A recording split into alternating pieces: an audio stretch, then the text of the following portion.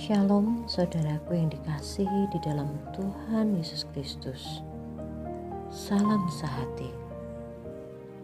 Kita akan melanjutkan renungan kita mengenai Mephiboset, anak dari Yonatan, di hari kedua ini.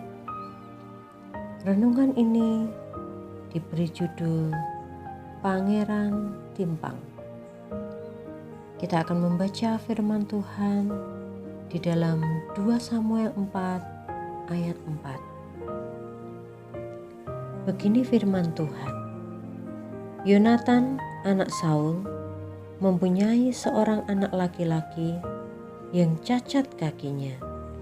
Ia berumur 5 tahun ketika datang kabar tentang Saul dan Yonatan dari Yisrael.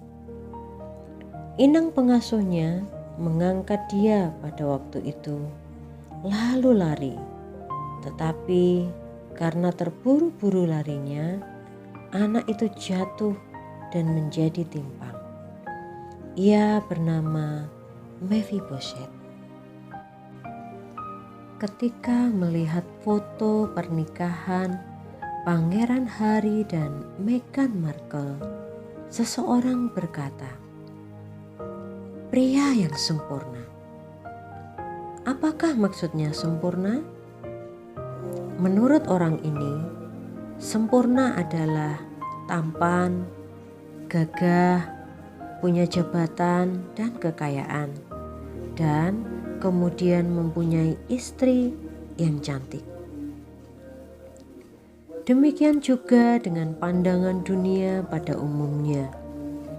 Jika tidak memenuhi syarat itu, tentu masuk kategori tidak sempurna.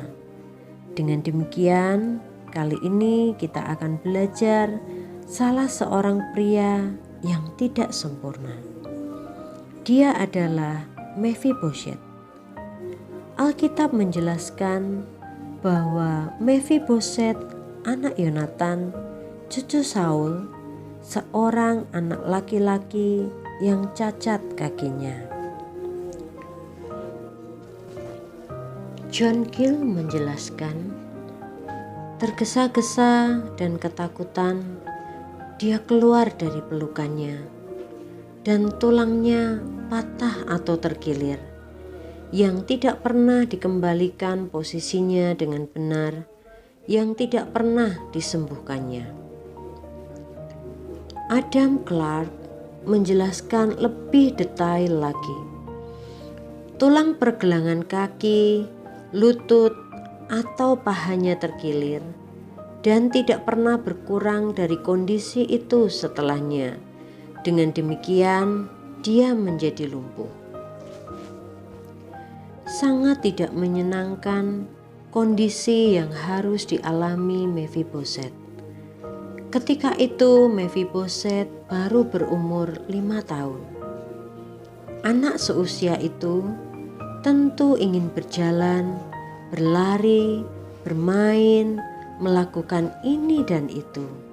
Tetapi Mephiboset tidak bisa melakukannya. Masa-masa hidupnya, mulai masa kecil, masa remaja, dan dewasanya, harus dia lalui dengan kondisi fisik yang memprihatinkan. Padahal itu bukan kesalahannya. Kalau boleh dikatakan, itu adalah kesalahan inang pengasuhnya. Namun, yang merasakan derita sepanjang hidupnya adalah Mephiboset. Di sisi lain, Mephiboset bisa disebut sebagai pangeran, karena pangeran adalah gelar anak raja atau gelar orang besar dalam kerajaan atau keluarga raja. Sebuah status atau kedudukan yang sangat prestisius. Jika boleh memilih, maka setiap orang akan memilih untuk dilahirkan di sebuah keluarga yang terpandang, berkuasa, dan kaya. Namun, kelahiran adalah sebuah takdir, bukan nasib, jadi tidak bisa diubah.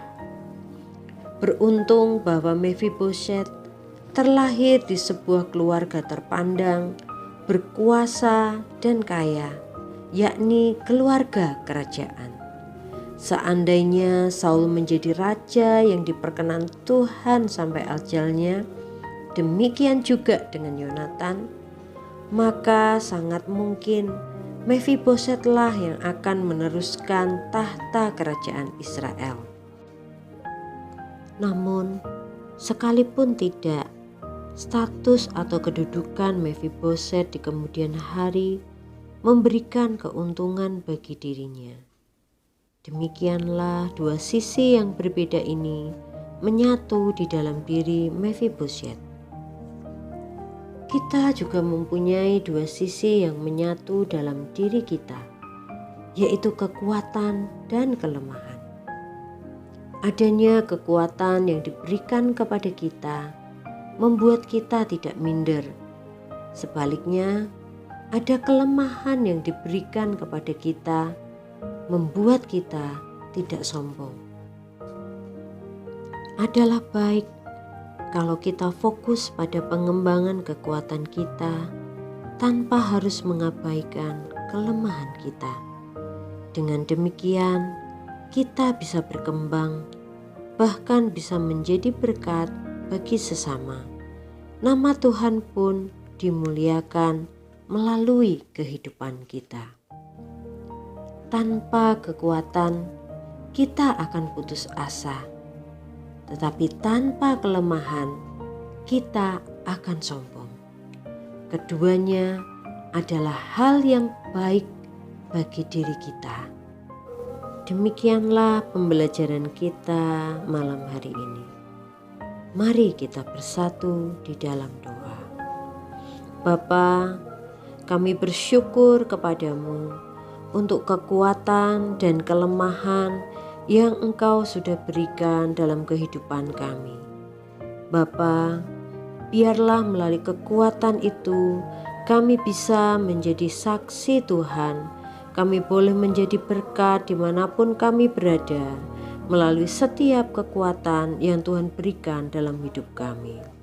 Tetapi juga Tuhan, melalui setiap kelemahan yang Tuhan taruh dalam kehidupan kami, itu menjadikan kami pribadi yang tidak sombong, menjadikan kami pribadi yang menyadari bahwa kami membutuhkan Tuhan dan kami tidak bisa hidup tanpa Tuhan. Tuhan, berkati seluruh kehidupan kami dan seluruh umat-umat-Mu yang mendengarkan renungan malam hari ini. Terima kasih Tuhan Yesus. Hanya di dalam nama Tuhan Yesus Kristus kami sudah mengucap syukur dan berdoa. Haleluya. Amin. Demikianlah perenungan kita malam hari ini. Tuhan Yesus memberkati kita semua. Salam sehat.